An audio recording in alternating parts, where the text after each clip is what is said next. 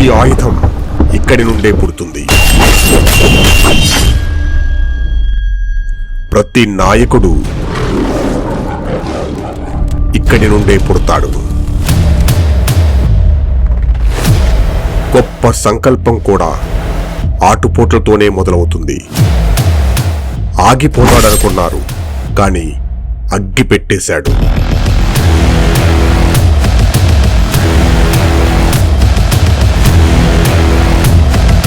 కృంగిపోతాడనుకున్నారు, కానీ పూసాలు కదిలించాడు.